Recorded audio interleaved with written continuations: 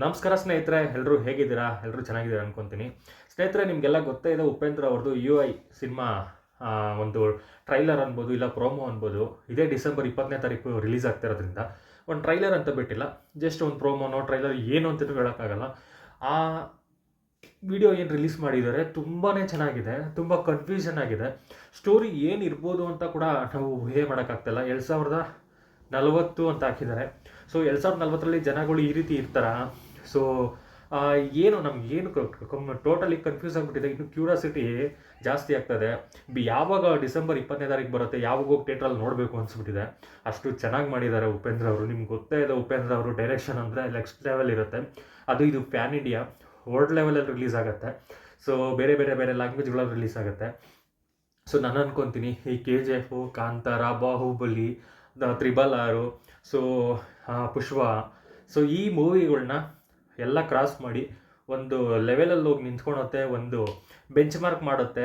So next ಬರೋ ಮೂವಿಗಳಿಗೆ ಒಂದು ಏನು ಹೇಳ್ತಾರೆ, ಸೊ ಉಪೇಂದ್ರ ಅವರ ಯು ಐ ಸಿನಿಮಾನ ಬೀಟ್ ಮಾಡೋಕ್ಕೋಸ್ಕರನೇ ಮೂವಿಗಳು ಕೆಲವು ಸ್ಟಾರ್ ಹೀರೋಗಳು ಟ್ರೈ ಮಾಡಬೇಕು ಅಂತ ನಾನು ಅನ್ಕೊತೀನಿ. ಅಷ್ಟು ಲೆವೆಲ್ಗೆ ಇಟ್ಟಾಗುತ್ತೆ ಅಂತ ನಾನು ಅನ್ಕೊಂಡಿದ್ದೀನಿ. ಯಾಕೆಂದರೆ ನೀವು ಆ ಮೇಕಿಂಗ್ ನೋಡ್ಬೋದು, ಆ ಸ್ಟೋರಿ ಲೈನಲ್ಲಿ ಆ ಜಸ್ಟ್ ಬಿಟ್ಟಿರೋ ಒಂದೇ ಒಂದು ವಿಡಿಯೋದಲ್ಲೇ ನಿಮ್ಗೆ ಅಷ್ಟು ಕನ್ಫ್ಯೂಷನ್ನು, ಅಷ್ಟು ಕ್ಯೂರಿಯಾಸಿಟಿ, ಆ ಸ್ಟೋರಿ ಸ್ಟ್ರೆಂತ್ ಹೆಂಗಿರ್ಬೋದು, ಆ ಸ್ಟೋರಿಯಲ್ಲಿ ಆ ಗಟ್ಸ್ ಹೆಂಗಿರ್ಬೋದು, ರೆಗ್ಯುಲರ್ ಕಂಟೆಂಟ್ ಅಲ್ಲದೆ ಒಂಥರ ಹೇಳೋಕ್ಕಾಗಲ್ಲ, ಕ್ರಿಯೇಟಿವ್ ಆಗಿ ಮಾಡಿದ್ದಾರೆ. ಸೊ ತುಂಬಾ ಚೆನ್ನಾಗಿದೆ. ಸೊ ನಾನಂತೂ ವೆಯ್ಟ್ ಮಾಡ್ತಾ ಇದ್ದೀನಿ, ನೋಡೋಣ ಯಾವಾಗ 20ನೇ ತಾರೀಕು ಬರುತ್ತೆ, ಫಸ್ಟು ಹೋಗಿ ನೋಡಬೇಕು ಮೂವಿ ಅನಿಸ್ಬಿಟ್ಟಿದೆ. ಸೊ ಹಾಗೆ ನಮ್ಮ ಕಿಚ್ಚ ಸುದೀಪ್ ಅವ್ರದ್ದು ಮ್ಯಾಕ್ಸ್ ಸಿನಿಮಾ ಕೂಡ ಬರ್ತಾ ಇದೆ. ಬಟ್ ಒಂದು ಬೇಜಾರಿನ ಸಂಗತಿ ಏನಂದರೆ, ನಮ್ಮ ಕನ್ನಡ ಸಿನಿಮಾಗಳು ಒಂದೇ ಟೈಮಲ್ಲಿ ರಿಲೀಸ್ ಆಗ್ತಾ ಇರೋದು ತುಂಬ ಬೇಸರ ಸಂಗತಿ.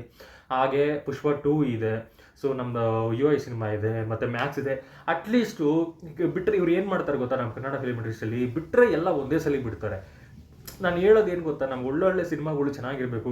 ಸುದೀಪ್ ಸರ್ ಅವ್ರ ಮ್ಯಾಕ್ಸ್ ಕೂಡ ಒಂದು ಒಳ್ಳೆ ಏನು ಹೇಳ್ತಾರೆ, ಒಂದು ರೇಂಜಿಗೆ ಹೋಗೋ ಮೂವಿ, ಅದು ಕೂಡ ತುಂಬ ಚೆನ್ನಾಗಿರೋ ಮೂವಿ.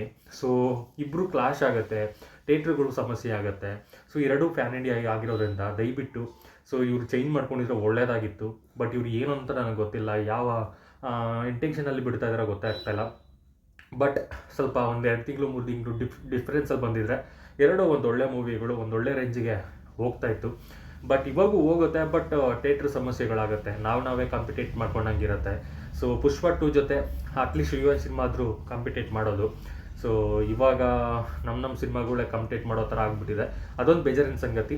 ಆಗಲಿ, ಪರವಾಗಿಲ್ಲ. ಸುದೀಪ್ ಸರ್ ಅವ್ರದ್ದು ಮ್ಯಾಕ್ಸ್ ಮೂವಿ ಕೂಡ ಒಳ್ಳೇದಾಗಲಿ, ಅದು ತುಂಬ ಚೆನ್ನಾಗಿರುತ್ತೆ ಅಂದ್ಕೊಂಡಿದ್ದೀನಿ. ಸೊ ನಾನು ವೆಯ್ಟ್ ಮಾಡ್ತಾಯಿದ್ದೀನಿ ಕಿಚ್ಚ ಸುದೀಪ್ ಸರ್ ಅವ್ರದ್ದು ಮ್ಯಾಕ್ಸ್ ಮೂವಿ ನೋಡೋದಕ್ಕೆ. ಹಾಗೆ ಯು ಐ ಸಿನಿಮಾ ಕೂಡ ನೋಡಬೇಕು. ಹಾಗೆ ನಾನು ಹೇಳೋದೇನೆಂದರೆ, ಈ ಪುಷ್ಪ 2 ಏನಿದೆ ಅದಕ್ಕೆ ಟಕ್ಕರ್ ಕೊಡೋಕ್ಕೆ 2 ಮೂವಿಗಳು ಸಾಕು ಅಂತ ನಾನು ಅಂದ್ಕೊಂಡಿದ್ದೀನಿ. ಸೊ ನಮ್ಮ ಕನ್ನಡ ಸಿನಿಮಾಗಳು ಬೆಳಿಬೇಕು. ಸೊ ಇವಾಗ KGF, ಕಾಂತಾರ, ಮತ್ತು ನಮ್ಮ ಡಿ ಬಾಸ್ ಅವ್ರ ಕಾಟೇರ ಇರ್ಬೋದು. ನಮ್ಮ ಡಿ ಬಾಸ್ ಕಾಟೇರ ಆದಮೇಲೆ ನೆಕ್ಸ್ಟ್ ಬರ್ತಾ ಇರೋದು ಈ ಮೂವಿಗಳು. ಸೊ ಇವು ಇಲ್ಲೋಗಿ ನಿಂತ್ಕೊಳತ್ತೆ ಅಂತ ನಾನು ವೆಯ್ಟ್ ಮಾಡ್ತಾಯಿದ್ದೀನಿ. ನೆಕ್ಸ್ಟು ನಮ್ಮ ಬಾಸ್ ಡೆವಿಲ್ ಬರ್ತಾ ಇದೆ. ಸೊ ಸ್ವಲ್ಪ ಲೇಟ್ ಆಗುತ್ತೆ, ಬಂದೇ ಬರುತ್ತೆ. ಅದು ಕೂಡ ನೆಕ್ಸ್ಟು ಯು ಐ ಸಿನಿಮಾ ಮತ್ತು ಮ್ಯಾಕ್ಸ್ ಸಿನಿಮಾನ ಬೀಟ್ ಮಾಡೋದೇ ನಮ್ಮ ಡಿ ಬಾಸ್ ಅವ್ರ ಡೆವಿಲು. ಸೊ ಡೆವಿಲ್ ಯಾವಾಗ ಬರುತ್ತೆ, ನಮ್ಮ ಡಿ ಬಾಸ್ ಅವರು ಈ ಸಮಸ್ಯೆಯಿಂದ ಹೊರಗೆ ಬಂದು ಸೊ ಡೆವಿಲ್ ಮೂವಿನ ಮುಗಿಸಿ ರಿಲೀಸ್ ಮಾಡಲಿ ಅಂತ ಕೇಳ್ಕೊತೀನಿ. ಧನ್ಯವಾದಗಳು.